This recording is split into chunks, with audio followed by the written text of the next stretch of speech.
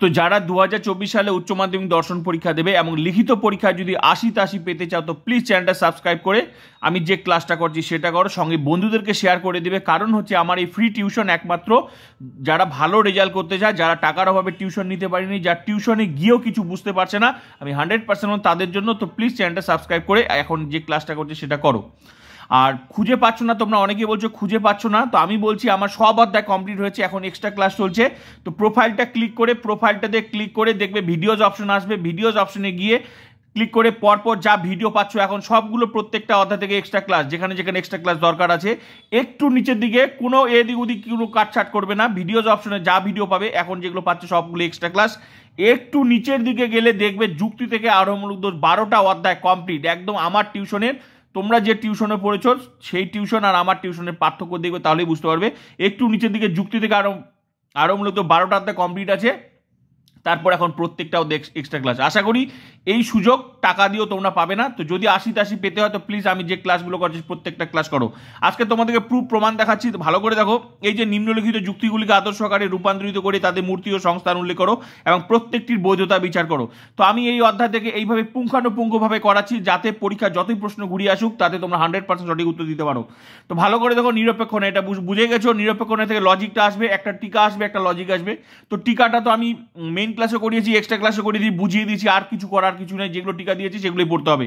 তো বিষয়টা লজিকগুলো কিন্তু আমাদেরকে প্র্যাকটিস করতে হবে, সেটা যতই কঠিন হোক আমাদের প্র্যাকটিস করতে হবে। কিন্তু আমি থাকতে আমার ছাত্রছাত্রীদের কোনোদিনও কঠিন হতে পারে না, আমি এমনভাবে লজিকগুলো তোমাদেরকে শিখেছি। আজকে তোমাদের প্রমাণ আমি দেখালাম, আজকে আমি প্রমাণ এটা ক্লাস করি। দেখো আমি এই দুটা যুক্তি নিয়েছি, আশা করি তোমরা শেষেই তোমরা প্রমাণ পেয়ে যাবে, ক্লাস কন্টিনিউ করতে থাকো। তো আমি তোমাদেরকে বলছি তোমাদের কাছে যে কোনো যুক্তি তোমরা এরকম বৈধতা বিচারের জন্য তুলে নাও, আমি যেভাবে শিখিয়েছি সেটা ফলো করে যে কোনো যুক্তি তোমরা বৈধতা 100% সঠিকভাবে উত্তর করতে হবে। আজকে তোমরা প্রমাণটা নিজেরাই পেয়ে যাবে। ভালো করে দেখো, আমি একটা উদাহরণ নিয়েছি, কোনো মাছ পাখি নয়। আরেকটা কথা বলছি, লজিকে পরীক্ষায় আসুক না আসুক তোমাদের যুক্তিগুলো কিন্তু বৈধতা বিচার করতেই হবে। আর যেভাবে শিখাচ্ছি আমি তার বাইরে একটাও আসবে না। মানে লজিকটা যদি তুমি প্র্যাকটিস না করো তাহলে তুমি জীবনে পারবে না। মাথার মধ্যে যদি তোমার ঢুকে থাকে যে এটা এসেছে ওটা আসেনি, ওটা এসেছে এই বচনটা এসেছে ওটা আসেনি এটা আসেনি, তাহলে তোমাদের মনে করো লজিক থেকে তোমাদেরকে বাদ দিতে হবে। কারণ লজিক শিখে রাখতে লাগবে তোমাকে, কারণ তুমি পরবর্তীকালে যখন টিচার হবে তুমি কি শিখাবে, পারবে না। আর তোমাকে শিখে রাখতে লাগবে, পজিটিভটা যেমন জানতে হবে সঙ্গে নেগেটিভটাও জানতে হবে, তাই যা করাচ্ছি সবগুলো করবে। তো ভালো করে দেখো, আজকে প্রমাণ দেখো, আমি যেভাবে শিখিয়েছি প্রত্যেকটা প্রশ্ন সঠিকভাবে 100% পারবে। তো দেখো, কোনো মাছ পাখি নয় কারণ মাছেরা সরীসৃপ নয় এবং কোনো সরীসৃপ পাখি নয়। প্রত্যেকটা প্রশ্নই তোমরা পারবে আমি যেভাবে শিখিয়েছি। তারপর একটা দেখো, কোনো প্রাণী দেবতা নয় কিন্তু কিছু মানুষ দেবতার মতো, সুতরাং কিছু মানুষ দেবতা নয়। আমি যে 4টা নিয়ম শিখিয়েছি তোমাদের বৈধতা বিচারের জন্য সেই 4টা নিয়মই সব জায়গায় কাজে লাগবে। এবারও প্রমাণ এই ক্লাসটা করিও তোমাদেরকে প্রমাণ করে আমি দেখাবো। ভালো করে দেখো, কোনো মাছ পাখি নয় কারণ মাছেরা সরীসৃপ নয় এবং কোনো সরীসৃপ পাখি নয়। আরেকটা আছে, এরকম পরীক্ষায় দুটোই থাকবে 4, 4, 8, কিন্তু তোমাদেরকে প্র্যাকটিস তো করতেই হবে। তো আমি যা প্র্যাকটিস করাচ্ছি মেইন ক্লাস সঙ্গে এক্সট্রা ক্লাস করবে। আমি বললাম তো পরীক্ষায় 100% বললাম 80-তে 80, এটা শর্ট প্রশ্ন হোক আর ব্রড প্রশ্ন হোক। তাহলে কি বললাম, এবার চলো এটাই আগে আমরা করি। ঠিক আছে, কোনো মাছ পাখি নয় কারণ মাছেরা সরীসৃপ নয় এবং কোনো সরীসৃপ পাখি নয়। ঠিক আছে, তো সবার আগে আমাদেরকে কি করতে হবে, এটাকে যৌক্তিক আকার বা আদর্শ আকার সাজাতে হবে। তাহলে এখান থেকে আমরা এটা প্রথমটা করি। তো এখান থেকে আমাদেরকে সবার আগে আমি কি বলছিলাম, একই ক্লাস বলছি, সবার আগে আমি বলছি যে সেটাকে হচ্ছে আদর্শ আকার বার করতে হবে। কি করতে হবে, সিদ্ধান্ত বার করতে হবে। সিদ্ধান্ত বার করার নিয়ম আমি কি বলছি, সিদ্ধান্ত বার করার নিয়ম আমি তোমাদেরকে বলেছি যে অতএব সুতরাং কাজেই থাকলে তার পরের বাক্যটা সিদ্ধান্ত, কারণ কিংবা কেননা যেহেতু থাকলে তার আগের বাক্যটা সিদ্ধান্ত। ঠিক আছে, তো ভালো করে দেখো, অতএব সুতরাং কাজেই তার মানে মিলে, অতএব সুতরাং কাজেই কোথায় গেলে, হ্যাঁ এখানে নেই, অতএব সুতরাং কাজেই নেই। বাকি ক্লাসগুলো এক্সট্রা ক্লাসে করেছি ওই শব্দগুলো দিয়ে মিলে গেছে। তো এখানে ভালো করে দেখো, কারণ কিংবা কেননা, তার মানে যে কোনো একটা শব্দ মিলেছে, এটা দেখেই তুমি বুঝতে পারবে সিদ্ধান্ত। তার মানে কারণ কিংবা কেননা মিলে গেছে, তার মানে তার আগের বাক্যটা সিদ্ধান্ত, তাহলে এই লাইনটা সিদ্ধান্ত হবে। তো সবার আগে আমাদেরকে কি করতে হবে, সিদ্ধান্ত বার করতে হবে। তো চলো এটা আমরা সাজাই, ঠিক আছে। লাইভ প্রুফ আজকে দেখবে, আমি যেভাবে তোমাদেরকে করিয়েছি প্রত্যেকটা প্রশ্নের সঠিক উত্তর কিভাবে বার করতে হয় তোমরা দেখতে থাকো। যে কোনো লজিক তোমরা বার করো, প্র্যাকটিস করো, সব পারবে 100% আমি যেভাবে শিখিয়েছি। হ্যাঁ, তবে একটা ক্লাস না, বাকি যতগুলো ক্লাস করিয়েছি প্রত্যেকটা অধ্যায় সেগুলো করে একদম তোমার মনে যে ডাউট সেটা একদম ক্লিয়ার হয়ে যাবে। তো ভালো করে দেখো, এটা আদর্শ আকার। ঠিক আছে, আদর্শ আদর্শ আকার বা যৌক্তিক আকার।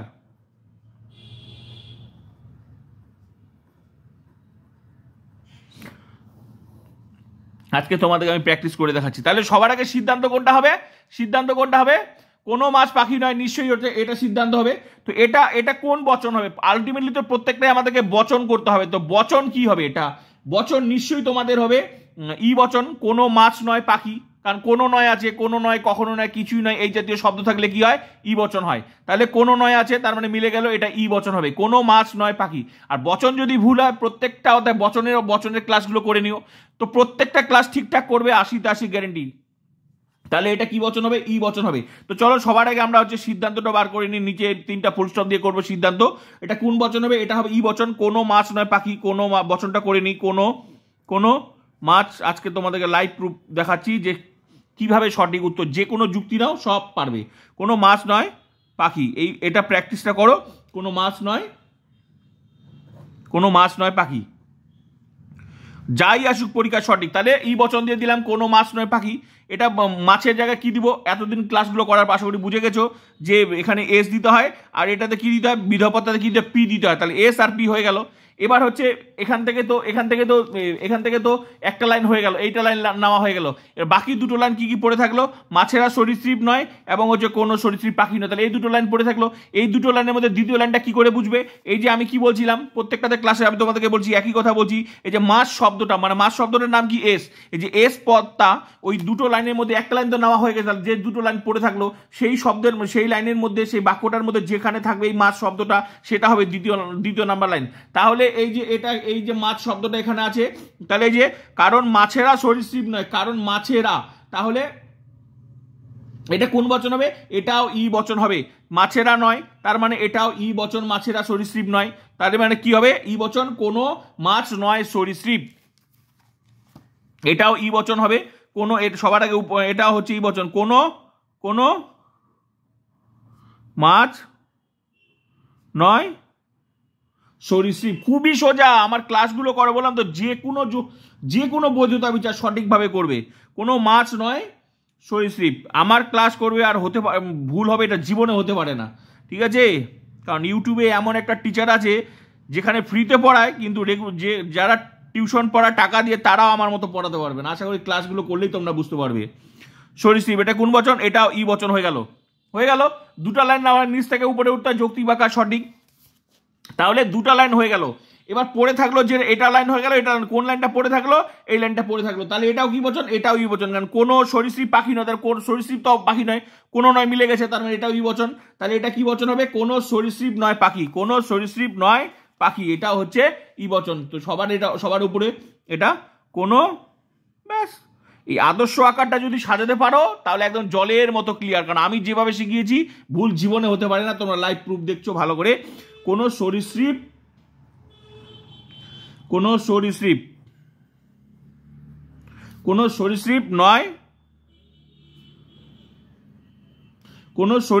নয় পাখি, এটাও কি বচন? এটাও ই বচন। ব্যাস, এই যে সাজানোটা হয়ে গেল, ব্যাস। তাহলে আর তোমার আর কোনো চিন্তা নেই।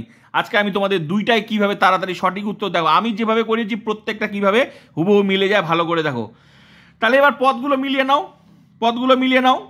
নিচ থেকে উপরে উঠতে হয়, এটা তো আমি সাধারণত বলে দিলাম। প্রত্যেকটা ক্লাসে একইভাবে শিখিয়েছি। দেখো প্রত্যেকটা ক্লাস আমার দেখো একদম মিলে আছে, একদম কিভাবে আমি শিখিয়েছি। তাহলে এবার মাছগুলো, এটা যদি এস পদ হয় তাহলে মাছ কি হলো? এটাও এস পদ। পাখি যদি পি পদ হয় তাহলে এটাও পাখিটা পি পদ।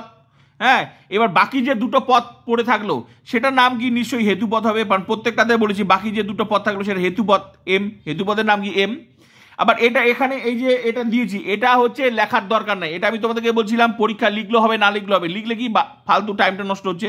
তবুও আমি তোমাদেরকে বলেছি প্রথমকার লাইনটাকে বলে প্রধান আশ্রয় বাক্য, ঠিক আছে? আর দ্বিতীয় লাইনটাকে কি বলে? এটাকে অপ্রধান আশ্রয় বাক্য। এটা জাস্ট তোমাদের শুধু জানতে লাগবে। প্রধান আশ্রয়, আর এটা তো সিদ্ধান্ত। 3টা ফুল স্টপ দেওয়া মানে তো সিদ্ধান্ত। কারণ এ থেকে তো বোঝা গেল যে ন্যায়ের এটা বৈধতা বিচার হচ্ছে, এটা ন্যায়ের গঠন, আর এটা তো সিদ্ধান্ত। যার জন্য তো এই যে 3টা ফুল স্টপ দিয়েছি, ব্যাস, তাতেই বোঝা গেল প্রথমকার লাইনটা প্রধান আর অপ্রধান। এটা আমি প্রত্যেকটাতে বলছি। এটাতে পরীক্ষা লেখারই দরকার নেই, লিখলেও হবে না লিখলেও হবে, লিখলে গিজিমিজি হয়ে যাবে, ঠিক আছে? তো যৌক্তিক আকারটা ভালো সুন্দর করে থাকবে এইভাবে, প্রধানাশ্র বাক্য, অপ্রধানাশ্র সিদ্ধান্ত। এবার পদগুলো মিলা হয়ে গেল, এবার পদগুলো তো মিলানো, এবার আমি কি করব, এবার আমি হচ্ছে এখানে নিয়মগুলো অ্যাপ্লাই করব। কি নিয়মগুলো, এটা সাজানোর পর কি নিয়ম, এটা সাজানোর পর নিয়ম হচ্ছে তোমাদেরকে আমি বলেছিলাম যে চারটা যে নিয়ম আমি তোমাদেরকে বলেছিলাম সেই চারটা নিয়ম হচ্ছে অ্যাপ্লাই করতে হবে। সেই চারটা নিয়ম কি কি আমি বলছিলাম, প্রথম নিয়ম কি বলছিলাম, প্রথম নিয়ম কি বলছিলাম, যে ন্যায়ের নিয়ম হলো, ন্যায়ের নিয়ম হলো কি বলছিলাম, ন্যায়ের নিয়ম হলো ন্যায় অনুমানে তিনটি পদ থাকবে, তার বেশিও না বা তার কমও না। যদি তিনটির বেশি অর্থাৎ চারটি পদ থাকে তবে ন্যায়টি চতুষ্পদ ঘটিত বা চারিপদ ঘটিত দোষে দুষ্ট হবে।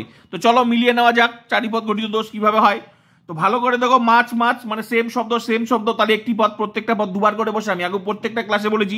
তাহলে মাছ মাছ একটি পদ, পাখি সিঙ্গেল পদ তার মানে দুটি পদ হলো, একটা পদ দুবার করে বসে, তাহলে পাখি দুটা পদ হলো, মাছ মাছ একটা পদ, পাখি দুটা পদ। তারপর সরীসৃপ তাহলে তিনটা পদ মিলে গেল, তাহলে ন্যায় অনুমানে তিনটা পদ আছে, তাহলে তিনটার বেশি পদ নেই, তার মানে চারিপদ ঘটিত দোষ হলো না, তার মানে ন্যায়ের প্রথম নিয়মটা পালন হলো, ব্যাস পাপ্পু পাস হয়ে গিয়া, প্রথম নিয়মটা পাস। আর বাকি থাকলো তিনটা নিয়ম। চলো তিনটা নিয়ম অ্যাপ্লাই করে দেখি। আমি যে চারটা নিয়ম শিখেছি, যে কোনো বৈধতা বিচারের ক্ষেত্রে সঠিক উত্তর বার করতে গেলে চারটা নিয়মই আমার স্টুডেন্টদেরকে আমি ওইভাবে শেখাই সঠিক উত্তর। এই টেকনিক তোমাদেরকে কেউ বলবে না, কোনো টিচার বলবে না। 2 নাম্বার নিয়ম কি, ভালো করে দেখো। 2 নাম্বার নিয়ম, ন্যায়ের নিয়ম হলো হেতুপদকে দুটি আশ্রবাক্যের মধ্যে একবার অবশ্যই ব্যাপ্য হতে হবে। ন্যায়ের নিয়ম হলো হেতুপদকে দুটি আশ্রবাক্যের মধ্যে একবার অবশ্যই ব্যাপ্য হতে হবে, যদি একবারও ব্যাপ্য না হয় তাহলে অব্যাপ্য হেতু দোষ। চলো এবার হেতুপদের কথা বলছি, এম পদটার কথা বলছি, একবার অবশ্যই ব্যাপ্য হতে হবে। বাকি ক্লাসগুলো আশা করি তোমাদের মুখস্থ হয়ে গেছে ব্যাপারটা। হেতুপদ মানে কি, হেতুপদ মানে এম পদ, তো ই বচনের দুটি পদই তো ব্যাপ্য, ই বচনের উদ্দেশ্যপদ ব্যাপ্য, বিধপদ ব্যাপ্য। হেতুপদটা কোথায় আছে, উদ্দেশ্য স্থানে আছে, তাহলে তো হেতুপদ ব্যাপ্য হয়ে গেল, কারণ ই বচনে তো দুটা পদই ব্যাপ্য, ব্যাস হেতুপদ ব্যাপ্য হয়ে গেল, তার মানে হেতুপদের নিয়মটা পালন হয়েছে, তার মানে 2 নাম্বার নিয়মও পাস হয়ে গেল। এবার 3 নাম্বার নিয়মটা ভালো করে দেখো। 3 নাম্বার নিয়ম কি বলছে, ন্যায়ের নিয়ম হলো যে পদ আশ্রবাক্যে ব্যাপ্য হয়নি সে পদ সিদ্ধান্তে ব্যাপ্য হতে পারে না, কিন্তু যদি সাধ্যপদ আশ্রবাক্যে ব্যাপ্য না হয় সিদ্ধান্তে ব্যাপ্য হয় তাহলে সাধ্য দোষ। আবার হচ্ছে যদি পক্ষপদ আশ্রবাক্যে ব্যাপ্য না হয় তাহলে সিদ্ধান্তে ব্যাপ্য তাহলে পক্ষ দোষ।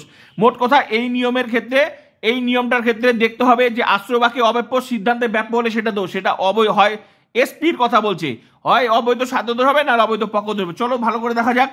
এসপি মানে প্রথমকার লাইনে কি আছে, প্রথমকার লাইনটাই ধরবো, প্রথম পি আছে, এমটা তো নিয়ম পাস হয়ে গেল, তাহলে এম পদকার দেখবো না, এবার পি পদ আর এসপি এস আর পি কে দেখবো। তো প্রথমকার প্রধান আশ্রবাক্যের লাইনটা কি আছে, প্রথমে তো পি আছে, তাহলে পিটাকে আগে দেখবো। তো পিটা কি ব্যাপ্য হলে তাকাবো না, কি হলে তাকাতে বলছে, অব্যাপ্য হলে, তাহলে ব্যাপ্য, তার মানে পি পদের নিয়ম পাস, ব্যাপ্য হলে পাস, অব্যাপ্য হতে এখানে অব্যাপ্য হতে হবে আর এখানে ব্যাপ্য হলেই দোষ হবে, সেটা যদি পি হয় তাহলে অবৈধ সাধ্য দোষ, আর যদি এস হয় তাহলে অবৈধ পক্ষ দোষ। এই নিয়মের ক্ষেত্রে যে পদ আশ্রবাক্যে ব্যাপ্য হয়নি 3 নাম্বার নিয়মের ক্ষেত্রে, তাহলে বোঝা গেছে বাকি প্রত্যেকটার ক্ষেত্রে অবৈধ সাধ্য দোষ কখন হয়, অবৈধ পক্ষ দোষ কখন হয়, সেগুলো তো বাকি এক্সট্রা ক্লাসে করিয়েছি, মেইন ক্লাসে করিয়েছি, সেগুলো উদাহরণ দেখলে তোমরা বুঝে যাবে। তো এটার ক্ষেত্রে সেটা দোষ হলো না, তার মানে অবৈধ সাধ্য দোষ হলো না। এবার চলো আরেকটা পদ আছে, এই পদটাও মিলিয়ে নি, এখানে কি বলো, ই বচন, এটাও তো দুটা পদই ব্যাপ্য, তাহলে এখানেও ব্যাপ্য, তাহলে ব্যাপ্য হলে না, ব্যাপ্য হলে তো পাস, অব্যাপ্য হলে দেখতে হবে, কারণ নিয়ম বলছে যে পদ আশ্রবাক্যে ব্যাপ্য হয়নি, অব্যাপ্য হয়নি মানে কি অব্যাপ্য, সে পদ সিদ্ধান্তে ব্যাপ্য হতে পারে না, এটাই বলছে যে এখানে অব্যাপ্য হলে এখানে ব্যাপ্য হলে দোষ হয়, সেটা এটা পি হলে সাধ্য দোষ আর এস হলে পক্ষ দোষ, তাহলে এই দুটো নিয়ম এখানে পালন, তার 3 নাম্বার নিয়মটা পাস হয়ে গেছে। এবার চলো 4 নাম্বার নিয়মটা, ভেরি ইন্টারেস্টিং, ভালো করে দেখো 4 নম্বর নিয়ম কি। ন্যায়ের নিয়ম হলো দুটি নয়ার্থক আশ্রবাক্য থেকে কোনো বৈধ সিদ্ধান্ত পাওয়া যাবে না। কি নিয়ম বলছে, ন্যায়ের নিয়ম হলো দুটি নয়ার্থক মানে কি, নয়ার্থক মানে হচ্ছে নাবাচক, ন্যায়ের নিয়ম হলো দুটি নয়ার্থক আশ্রবাক্য থেকে কোনো বৈধ সিদ্ধান্ত পাওয়া যাবে না, কিন্তু যদি দুটি নয়ার্থক আশ্রবাক্য থেকে সিদ্ধান্ত নেওয়া হয় তাহলে যুক্তিটি নয়ার্থক আশ্রবাক্য জনিত দোষে দুষ্ট হবে। ভালো করে দেখো এখানে কি করছে, এখানে দেখো এটাও ই বচন এটাও ই বচন, তো দুইটাই তো আলটিমেটলি, এগুলা তো আমি শুরুতেই ধরে দিতাম, কিন্তু আমি তোমাদের কেন অ্যাপ্লাই করে দিলাম, কারণ এই জন্য অ্যাপ্লাই করে দিলাম, না হলে তোমরা যদি ভালো করে না জানো তাহলে আমি তোমাদেরকে এটাই বুঝে দিলাম যে 3টা নিয়মই তোমাদেরকে অ্যাপ্লাই করে দেখলাম, কোনোটা নিয়মই এখানে হচ্ছে তোমাদের লঙ্ঘন হয়নি, ওগুলো পাস হয়েছে। তো ভালো করে দেখো 4 নাম্বার নিয়মটাতে একমাত্র আসলো, 4 নাম্বার নিয়মটাতে এই জন্যই আসলো কারণ ন্যায়ের নিয়ম হলো যে দুটি নয়ার্থক মানে কি নাবাচক আশ্রবাক্য থেকে, কারণ প্রধান আশ্রবাক্য অপ্রধান আশ্রবাক্য দুটোই তো নয়ার্থক আশ্রবাক্য, দুটি নয়ার্থক আশ্রবাক্য থেকে কোনো বৈধ সিদ্ধান্ত পাওয়া যাবে না, এটা নিয়ম। বৈধ মানে সঠিক উত্তর পাওয়া যাবে না, এটা নিয়ম, কিন্তু এখানে টানা হয়েছে কারণ এই দুটা নাবাচক, দুটাই তো ই বচন, হ্যাঁ এটা যদি ই বচন এটা যদি ও বচন হতো তাও নয়ার্থক আশ্রবাক্য, তাহলে এখানে দোষ হয়ে গেছে, আর এই দোষটার নাম হচ্ছে নয়ার্থক আশ্রবাক্য জনিত দোষ, এই দোষটার নাম কি হবে? নয়ার্থক আশ্রবাক্য জনিত দোষ। নয়ার্থক আশ্রবাক্য আশ্রয় বাক্য জনিত দোষ, বা এটাকে আশ্রবাক্যের অপর নাম হচ্ছে হেতু বাক্য জনিত দোষও বলা হয়। হেতু বাক্য জনিত দোষ। কেন হেতু বাক্য? কারণ হেতুপদ যেহেতু আশ্রবাক্যে থাকে, এই যে এম পদ আর এম পদ, হেতুপদটা প্রধান আর অপ্রধান আশ্রবাক্যে থাকে, এই জন্য এটাকে হেতু বাক্য জনিত বলা হয়। কারণ আমি আগে বলেছি এই দুটার অপর নাম আবার হেতু বাক্য বলা হয়। কেন? কারণ হেতুপদ যেহেতু প্রধান আশ্রবাক্য আর অপ্রধান আশ্রবাক্যে থাকে, এই জন্য এটাকে হেতু বাক্য বলা হয়। তো ক্লিয়ার হয়ে গেল? তাহলে দোষটা কি হলো? নয়ার্থক আশ্রবাক্য জনিত দোষ। ক্লিয়ার হয়ে গেল? দেখো সঠিক উত্তর কিভাবে, আমি যেভাবে শিখি, এই জন্য বললাম যে কোনো তোমরা যুক্তির বৈধতা বিচার করো, আমি যেভাবে শিখিয়েছি সেভাবেই হবে, চারটা দিয়ে হবে, চারটার বাইরে থেকে কখনোই তোমরা মানে সঠিক উত্তর করতে গেলে আমি যেভাবে শিখেছি সেভাবে। ভালো করে দেখো, 4 নম্বর নিয়মটা তোমাদের কাজে লেগে গেল, এইটা 4 নম্বর নিয়মটা লঙ্ঘন হয়েছে। তাহলে নয়ার্থক আশ্রবাক্য জনিত দোষ, একটা নিয়মে এখানে একসাথে কখনো দুইটা দোষ হবে না, একটাই দোষ হবে। আর না হলে পাস হলে বৈধ। আর বৈধ তো বিচার তো আমি কতবার করে দিয়েছি, এক্সট্রা ক্লাসে করালাম, মেইন ক্লাসে। বৈধ দোষ কেন হয় না? এটাও নিয়ম, যদি পাস হয়ে যেত তাহলে এখানে কোনো দোষ হতো না, সেখানে লিখে না বৈধ, তখন মূর্তি সংস্থান সব বার করতাম। তো আশা করি কি হলো, এটা হয়ে গেল দোষ, এটা হয়ে গেল দোষ নয়ার্থ আশ্রবাক্য জনিত দোষ। এবার বিচার তো সেম, দোষ হলে কি হয়? দোষ হলে তো আমি বলেছি বিচারটা খুবই সহজ, এটা যেহেতু এটা, তাহলে এবার এর মূর্তিটা কি হবে?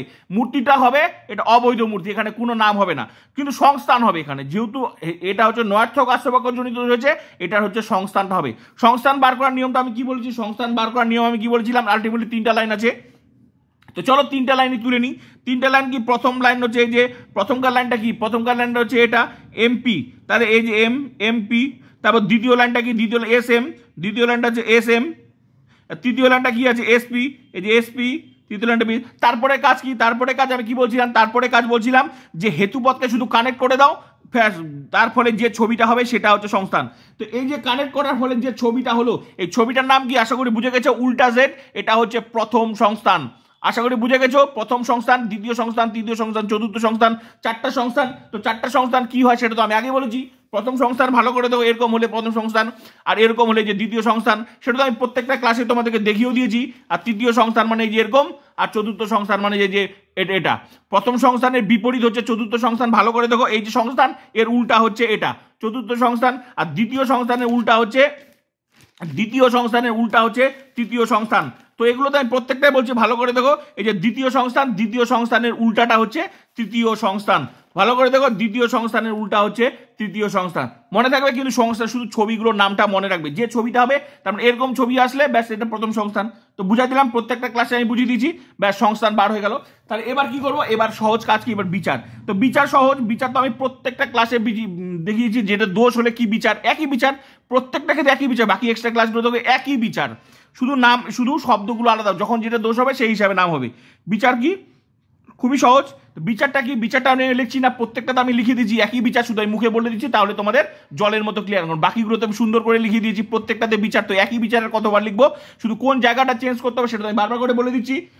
তাহলে বিচারে কি লিখতে হবে? এখানে বিচারে তোমাদেরকে কি লিখতে হবে? বিচারে হচ্ছে, আমি তোমাদের বারবার করে বলছি যে বিচারের যে জায়গাটা আছে সেটাতে শুধু বিচারটা লিখতে হবে, বাকিটা হচ্ছে কি করতে হবে।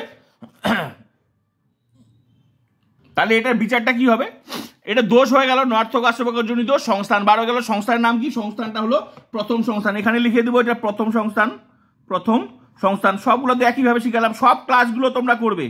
ক্লাস তোমাদেরকে প্র্যাকটিস করতেই হবে, সে তোমার এটা পরীক্ষা আসুক আর না আসুক, বিষয়টা সে কোনটা চলে এসেছে সেটা কোনটা, কিন্তু তোমাদেরকে ক্লাস, আমি তোমাদেরকে এটাই বলতে চাচ্ছি যে আমি তোমাদেরকে এমনভাবে শিখিয়েছি যে কোনো তোমার এখন বৈধতা বিচার করো সবগুলো তোমরা পারবে। আমি তোমাদেরকে করে দেখালাম যে আমি যেভাবে শিখিয়েছি, দেখো সব সেই নিয়মেই তোমাদের সমস্ত বৈধতা বিচার, আমি সেটাই তোমাদেরকে শেখাতে চাচ্ছি। ঠিক আছে? তাহলে প্রথম সংস্থান, তাহলে এটার ক্ষেত্রে বৈধতা বিচার কি হবে? এটার ক্ষেত্রে বৈধতা বিচার সংস্থান হয়ে গেল, এটার ক্ষেত্রে বিচার হবে। আর এটার তো মূর্তিটা হবে, মূর্তিটা কি? অবৈধ মূর্তি। যখন কোনো দোষ হয় তখন বৈধ হয় না, মানে মূর্তিটা শুধু নামটা দিতে হবে অবৈধ মূর্তি, ব্যাস, আর বাকি দিতে হবে না। বিচারের ক্ষেত্রে কি লিখতে হবে? যুক্তিটি কোন সংস্থান লিখতে হবে, বাকি প্রত্যেকটার ক্ষেত্রে লিখে দিয়েছি যুক্তিটি বিচারে লিখবে যুক্তিটি কোন সংস্থান? প্রথম সংস্থানের অন্তর্গত। হ্যাঁ, এবং এবং এই যে ই ই ই ই ই অবৈধ মূর্তি, খালি এটা লিখে দিবে ই ই অবৈধ মূর্তি। ভালো করে দেখবে বিচারটা একইভাবে লিখছি। তারপর কি লিখবে, যুক্তিটি হচ্ছে নয়ার্থক আশ্রবাক্য জনিত দোষে দুষ্ট। কারণ কেন, যেটা হলো সেটাই বলতে হবে। কারণ ন্যায়ের নিয়ম হলো যে দুটি নয়ার্থক আশ্রবাক্য থেকে কোনো বৈধ সিদ্ধান্ত পাওয়া যায় না। নয়ার্থক মানে যে দুটি, যে নিয়মটার ফলে তুমি বুঝতে পারলে যে নয়ার্থক আশ্র, সেটা লিখতে হবে। কারণ ন্যায়ের নিয়ম হলো দুটি নয়ার্থক আশ্রবাক্য থেকে কোনো বৈধ সিদ্ধান্ত পাওয়া যাবে না। কিন্তু এখানে দুটি নয়ার্থক আশ্রবাক্য থেকে সিদ্ধান্ত টানা হয়েছে, ফলে যুক্তিটি ন্যায়ের নিয়ম লঙ্ঘন করেছে। যুক্তিটি অবৈধ, সুতরাং যুক্তিটি হচ্ছে নয়ার্থক আশ্রবাক্য জনিত দোষে। ব্যাস ফিনিশ। আমি যেভাবে শিখিয়েছি প্রত্যেকটা ব্যাস জলের মতো হয়ে গেল না? এবার চলো নেক্সট ক্লাসটা। নেক্সট আরেকটা কি আছে, ব্যাস আমি যেভাবে শিখিয়েছি দেখো জলের মতো। যে কোনো লজিক আমি যদি সঠিক উত্তর করতে হয় আমার ক্লাসগুলো করো, কারণ তোমরা টিউশনে যতই পড়ো আশা করি এইভাবে তোমাদের কোনোদিনও শিখাবে না। আর এই নিরপেক্ষ ন্যায় বেশিরভাগ ছাত্রছাত্রী পারে না, কিন্তু আমার কাছে যারা ক্লাস করে তারা সবাই পারবে। এবার নেক্সটটা ভালো করে দেখো। এবার এটা সাজিয়ে দেখে কোনো প্রাণী দেবতা নয়, কিন্তু কিছু মানুষ দেবতার মতো, সুতরাং কিছু মানুষ দেবতার নয়। তো প্লিজ আমি তোমাদের বলছি, এখনো বলছি, প্লিজ চ্যানেলটা সাবস্ক্রাইব করে বন্ধুদেরকে শেয়ার করো। কারণ হচ্ছে তাদেরও দরকার আছে। আর যারা এখনো খুঁজে পাচ্ছ না প্রত্যেকটা ক্লাস, এই যে প্রোফাইলে ক্লিক করে ভিডিওজ অপশনে ক্লিক করে এখন যেগুলো ক্লাসগুলো হচ্ছে সবগুলো হচ্ছে এক্সট্রা ক্লাস। প্রত্যেকটা অধ্যায়ের এক্সট্রা ক্লাস চলছে। আর একটু নিচের দিকে গেলে যুক্তি থেকে আরম্ভ 12টা অধ্যায় পেয়ে যাবে। প্লিজ যারা খুঁজে পাচ্ছ না, বারবার করে বলছি, সব ক্লাস করো। যদি 80 পেতে হয়, এমসিকিউ এসিকিউ লজিক প্রত্যেকটা প্রশ্নে যদি উত্তর দিতে হয়, যা লিখে দিয়েছি সঙ্গে এক্সট্রা ক্লাসগুলো সেগুলো করো 100%। আশা করি ক্লাসের নমুনা দেখলেই বুঝতে পারবে তোমরা। তাহলে এবার চলো নেক্সট ক্লাস। এবার চলো এটা। এবার দেখো, এটাও দেখো আমি কিভাবে শিখিয়েছি। দেখো এটাও সঠিক উত্তর তোমরা করতে পারবে। এই ক্লাসটাও তোমরা করে নাও। ভেরি ইন্টারেস্টিং এই ক্লাসগুলো, ভেরি ইন্টারেস্টিং। তোমরা ভালো করে দেখো, কারণ তোমাদেরকে শেখার দরকার আছে। এবার দেখো, তাহলে এটাও সাজাতে হবে একইভাবে। কোনো প্রাণী দেবতা নয়, কিছু মানুষ। Very interesting topic. আরো ভিডিও তোমাদের আসবে, চলতে ক্লাসগুলো হচ্ছে। কোনো প্রাণী দেবতা নয়, কিন্তু কিছু মানুষ দেবতার মতো, সুতরাং কিছু মানুষ দেবতা নয়। তাহলে এবার এটা আমাদেরকে সাজাতে হবে একই নিয়ম। আশা করি আমি যেভাবে শিখিয়েছি তোমাদের এটাও পারবে। চলো আমি দেখাচ্ছি তোমরা পারবে কিনা, মিলিয়ে নেবে। তাহলে সবার আগে আমাদেরকে সিদ্ধান্ত বার করতে হবে। সিদ্ধান্ত কি করবে, এটা আদর্শ আকার, এটাও এবার সাজাতে হবে আদর্শ আকার। চলো এটাও আদর্শ আকার সাজাই।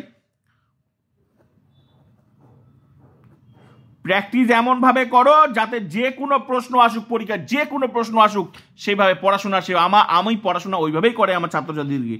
তো প্লিজ তোমাদের কাছে রিকোয়েস্ট, আমার এই ফ্রি টিউশন সবার কাছে পৌঁছে দাও যাতে সবাই ভালো রেজাল্ট করে। প্লিজ দয়া করে, এটাই তোমাদের কাছে রিকোয়েস্ট।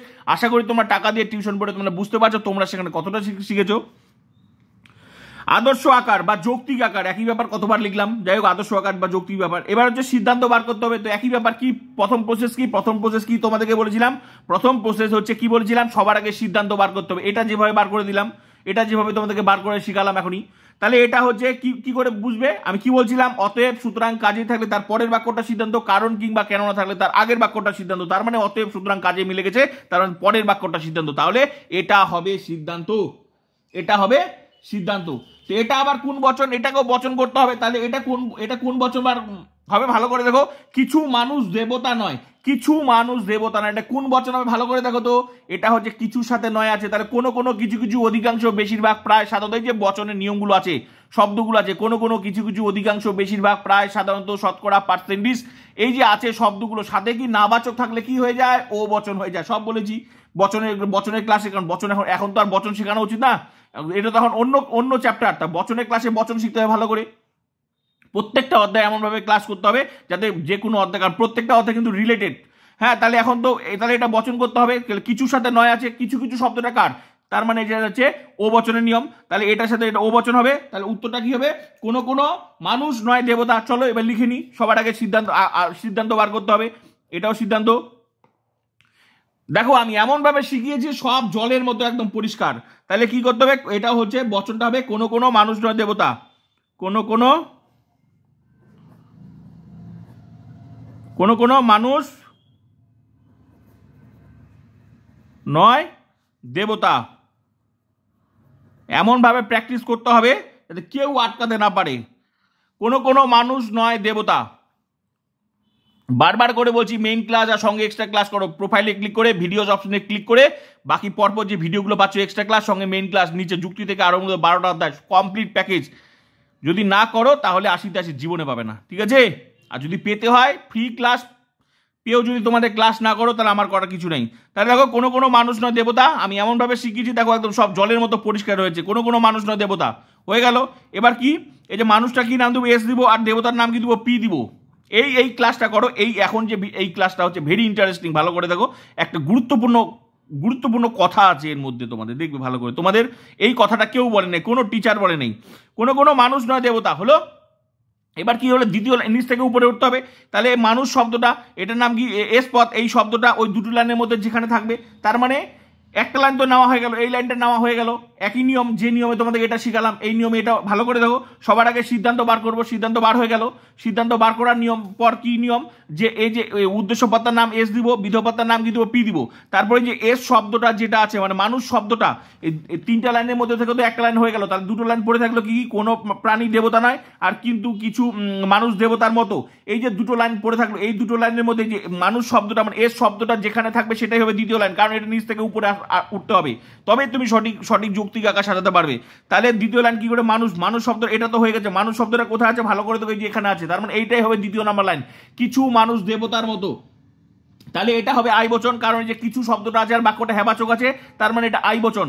কারণ কিছু কিছু, অধিকাংশ, বেশিরভাগ, প্রায়, সাধারণত শব্দটা থাকলে কি হয়, বাক্যটা হেবাচক থাকলে কি হয়, আই বচন হয়। তাহলে এটা হচ্ছে আই বচন। এই নিয়মগুলো তো আমি বলে দিচ্ছি, এখন তো আর এগুলো লেখার দরকার না, এগুলো তো বচনের ক্লাস। তো বচন অসুবিধা হলে বচনের ক্লাসগুলো দেখে নিবে, সঙ্গে এক্সট্রা ক্লাস, প্রত্যেকটা অধ্যায়ের মেইন ক্লাস সঙ্গে এক্সট্রা ক্লাস আছে। যেমন এখন যে এক্সট্রা ক্লাসগুলো, এগুলো এক্সট্রা ক্লাস মানে প্র্যাকটিস, এক্সট্রা ক্লাস মানে প্র্যাকটিস, আর মেইন ক্লাস মানে complete note, complete logic, complete একদম সিলেবাস এন্ড সাজেশন ভিত্তিক প্রত্যেকটা অধ্যায় ধরে দেবে, ঠিক আছে? তো তাহলে এটা কোন বচন হবে, এটা হবে আই বচন। কি হবে, কোনো কোনো মানুষ হয় দেবতার মতো, কোনো কোনো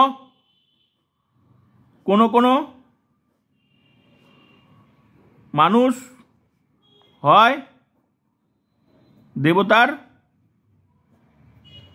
কোনো কোনো মানুষ হয় দেবতার মতো। ব্যাস দুটা লাইন হয়ে গেল। এবার দুটা লাইন হয়ে গেলে বাকি যেটা পড়ে থাকবে নিচে সবার উপরে, তাহলে কি সিস্টেম, ব্যাস দুটা লাইন বার করতে পারলেই ব্যাস বাকিটা অটোমেটিক হয়ে যাবে। তাহলে কোনটা পড়ে থাকলো, এই যে এটা পড়ে থাকলো, এটা কি বচন, কোনো প্রাণী দেবতা নয়। তাহলে কোনো নয় মিলে গেছে, কোনো নয়টা কার নিয়ম, ই বচনের নিয়ম, কোনো নয়, কখনোই নয়, কিছুই নয়, নেই, এই জাতীয় শব্দ থাকলে কি হয়, ই বচন। তাহলে কোনো নয় মিলে গেছে, তাহলে ই বচন।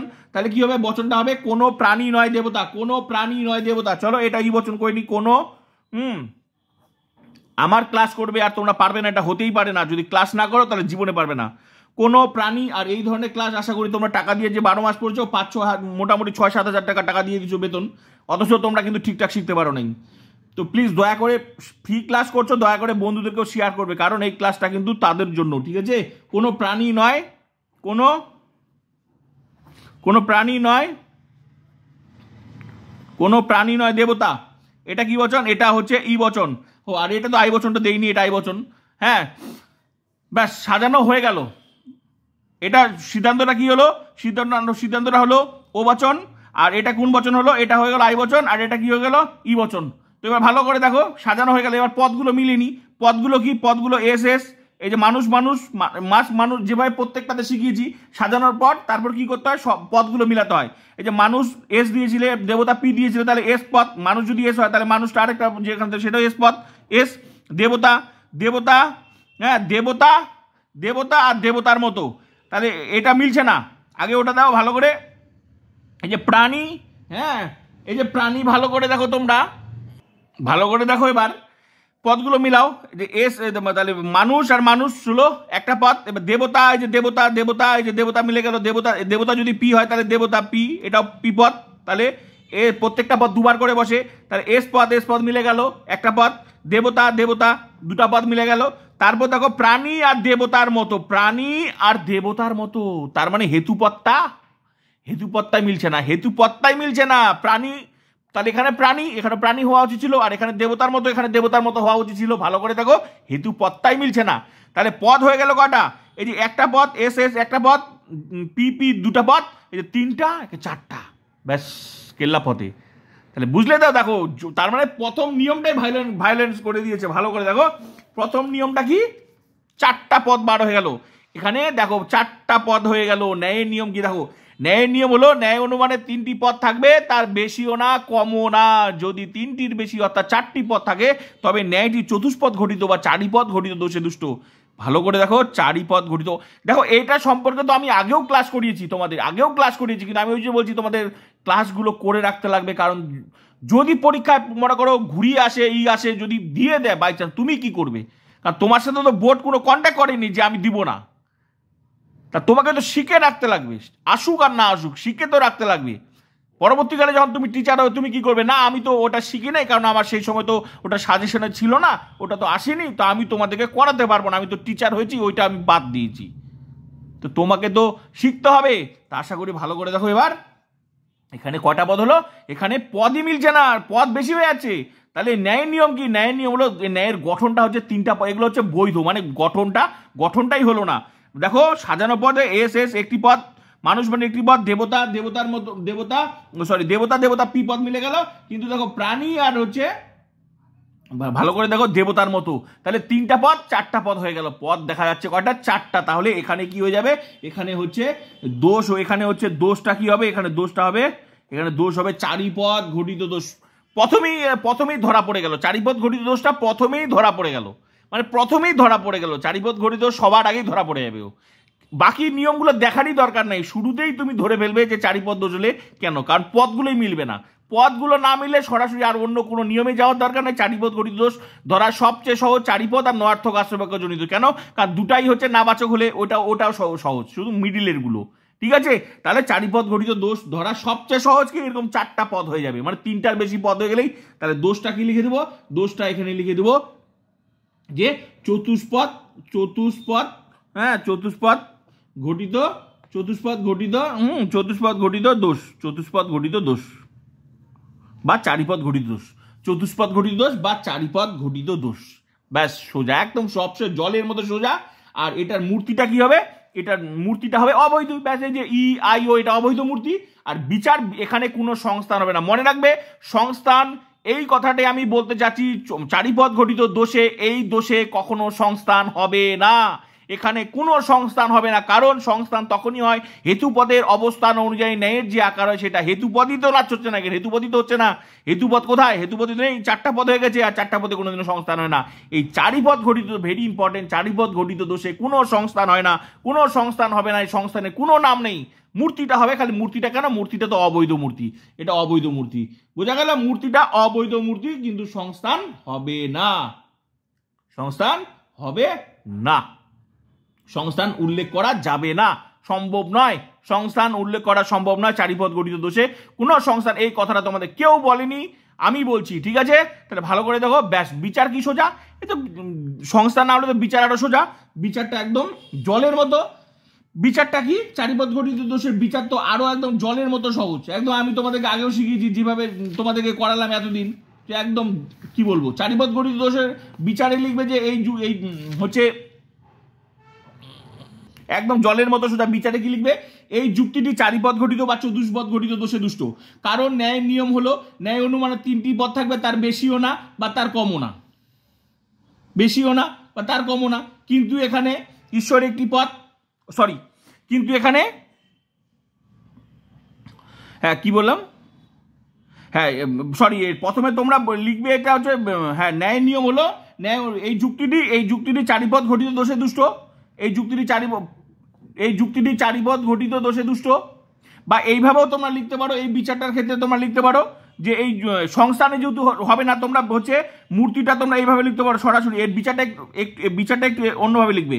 মূর্তিটা লিখে দিবে যে অবৈধ মূর্তি। মূর্তিটা কি? এই যে আই ও হচ্ছে অবৈধ মূর্তি, হচ্ছে অবৈধ। অবৈধ মূর্তি অবৈধ। তারপর বিচারে লিখবে। বিচারটা অনেকভাবে লিখতে পারবে, বিচারটা অনেকভাবে লেখা যায়। তো বিচার, এক্ষেত্রে বিচারটা আমি যেভাবে শিখেছি সেই কথাই তোমরা লিখতে পারো। বিচারটা লিখবে যে এই যুক্তিটি চারিপদ ঘটিত দোষে দুষ্ট। যেহেতু সংস্থান হলো না, তাহলে বাকিগুলোর ক্ষেত্রে তো আমি একসাথে লেখাটা লিখে দিয়েছিলাম বিচারটা। তো এটার ক্ষেত্রে যেহেতু সংস্থান নেই, তাহলে এটার ক্ষেত্রে বিচারটা কি লিখবে? এই যুক্তিটি হচ্ছে চারিপদ ঘটিত দোষে দুষ্ট। কেন? কারণটা এবার ব্যাখ্যা করতে। কারণ ন্যায়ের নিয়ম হলো ন্যায় অনুমানে 3টি পদ থাকবে, তার বেশিও না কমও না। কিন্তু এখানে মানুষ একটি পদ, দেবতা একটি পদ, প্রাণী একটি পদ, দেবতার মতো একটি পদ, এমন করে 4টি পদ দেখা গেছে। সুতরাং এই যুক্তিটিতে ন্যায়ের নিয়ম লঙ্ঘন করেছে, এই যুক্তিটি অবৈধ এবং যুক্তিটি কি 4টি পদ ঘটিত দোষে দুষ্ট। ব্যাস, ফিনিশ। আমি এই জন্যই বললাম আমার ক্লাস করবে, আর এটা যে কোনো আশা করি সব শিখিয়ে দিলাম। তাও 4টি পদ ঘটিত দোষ শিখিয়ে দিলাম, হ্যাঁ, মূর্তি সংস্থান শিখিয়ে দিলাম। এখানের মধ্যে এটার মধ্যে অবৈধ মূর্তি, অবৈধ হলে শুধু এটা নামটা বলতে হবে, এখানে কোনো সংস্থান উল্লেখ করে না। বিচারটা তো বলে দিলাম, এটার ক্ষেত্রে ওটার বিচার থেকে একই, শুধু এখানে সংস্থানটা উল্লেখ করা যাবে না, ব্যাস এটাই, শুধু সংস্থানটা এখানে উল্লেখ করা যাবে না, ঠিক আছে? বাকিটাই একই, ওই বিচারের মধ্যে শুধু সংস্থানটা উল্লেখ না করলেও একই হয়ে যাবে। আর এই অবৈধটা মূর্তি আলাদা করে লিখতে পারো, ভিতরে লিখতে পারো, কোনো অসুবিধা নেই, শুধু অবৈধ মূর্তি লিখে দিয়ে ব্যাস হয়ে গেল। তো ব্যাস জলের মতো। এই জন্যই বলছিলাম যে বাকি ক্লাস এইভাবে প্রত্যেকটা অধ্যায় ক্লাস করো, কেউ আটকাতে পারবে না। তো প্লিজ শেয়ার করো আর প্রত্যেকটা ক্লাসের জন্য অপেক্ষা করো।